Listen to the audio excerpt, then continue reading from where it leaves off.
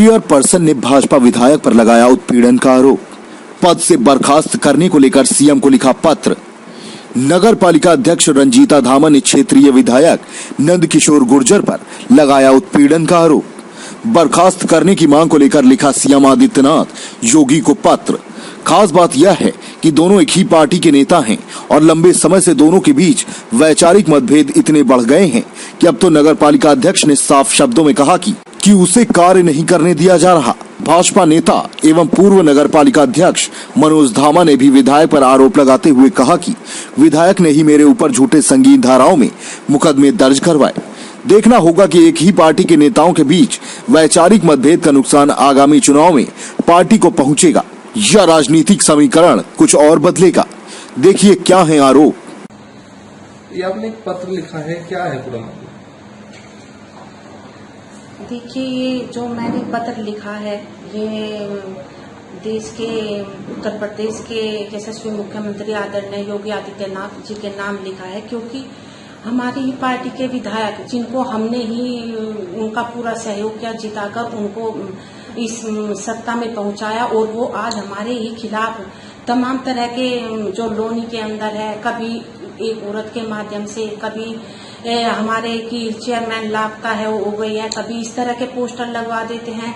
इस तरह की तमाम हरकतें ये लोनी के अंदर करते रहते हैं, जिससे परेशान होकर मैंने ये लेटर आदरणीय योगी आदित्यनाथ जी के नाम लिखा है।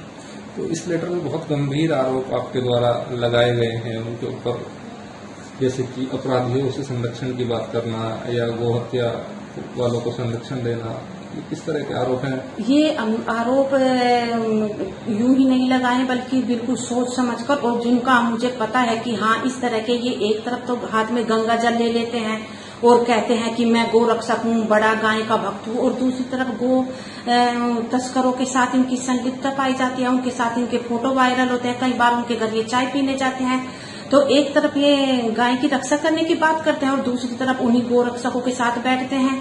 तो इससे साफ प्रतीत होता है कि इनकी संलिप्तता रहती है गो तस्करी में लोनी के अंदर। आप ही पार्टी के विधायक हैं, आपकी क्षेत्र की जनता ने इनको चुनकर विधायक बनाया, आप भी चुनाव में साथ थे, तो उसके बाद भी इस तरह की जो आपसी मतभेद है वो क्यों सामने आ रहे हैं? देखिए, हमें नहीं पता था जब इन्होंने उस दौरान की बात है जब 2017 में ये चुनाव लड़ने के लिए यहाँ पर आए थे, और ये खुद, मैं इस बात की गवाह हूँ, ये हमारे घर गए, इन्होंने धामा जी के पैर पकड़ लिए कि बड़े भाई मेरी मदद करो। फिर मेरी सास उसी समय मंदिर में पूजा कर रही थी, इन्होंने कहा कि माता जी इनको मेरे साथ भेज दो। और आज जो ये धामा जी, क्योंकि हमारी इनसे ना कोई राजनीतिक लड़ाई थी, ना कोई पारिवारिक लड़ाई थी, हमने तन मन धन से इनको चुनाव लड़ाया।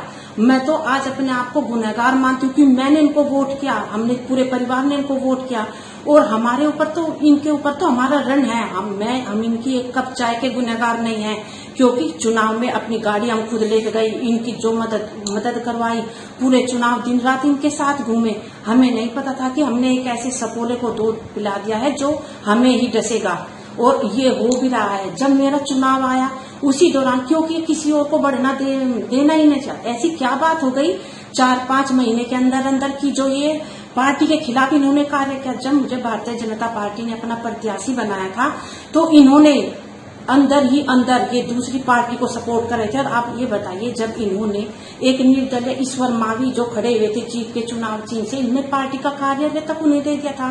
तो इस बात से क्या संदेश जाता है, आप खुद ही समझ गए हो। बिल्कुल। और एक और बात आपने इस पत्र में लिखी है कि जो रसोई है आपकी, जो आप चला रहे हैं, या ये जो सरकारी रसोई है, उनसे ये मदद नहीं होने दे रहे हैं, ये क्या है?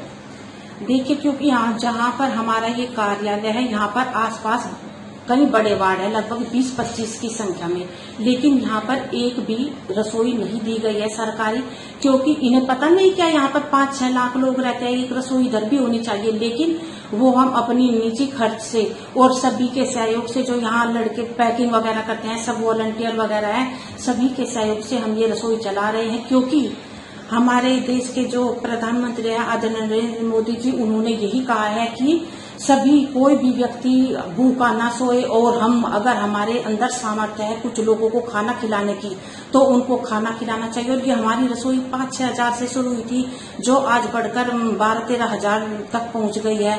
और इसमें भी वो राजनीति करते हैं। एक औरत के माध्यम से कहलवा रहे हैं कि 4-4 घंटे लाइन में खड़ा रखते हैं। जब जो भी आदमी आता है वो खुद लाइन में, हम किसी को नहीं कहने रहे कि तुम आओ, बेचारे खुद, क्योंकि आज वो लाचार है, बेबस है, भूखमरी फैली हुई है, इसलिए वो यहाँ पर लाइन में खड़ा होते हैं। और उनको समय से यहाँ पर कोई भी व्यक्ति यहाँ से भूखा नहीं जाता, सबको भोजन दे के घर भेजा जाता है।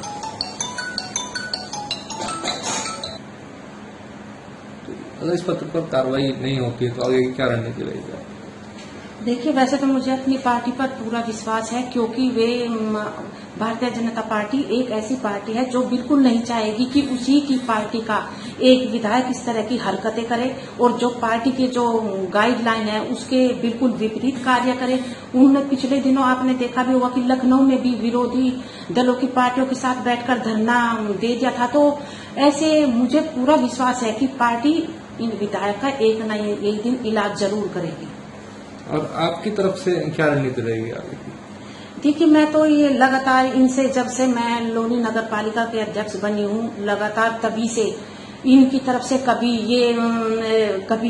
कभी वो लगातार आपत्तिजनक, कभी किस तरह की टिप्पणी, कभी किसी तरह की, लेकिन अभी तक मैं फिर भी बर्दाश्त कर रही थी। लेकिन कल मैंने जो एक महिला जिसको इन्होंने अपना मोहरा बनाया हुआ है, और कल जब उसने बेटियों तक का जिक्र किया, मैं यही कहना चाहती हूँ कि शायद जिनके घर बेटी नहीं होती वो क्या जाने बेटी की इज्जत करना। अगर उनके घर एक भी बेटी होती तो वे बेटियों के विषय में इस तरह की टिप्पणी ना करते।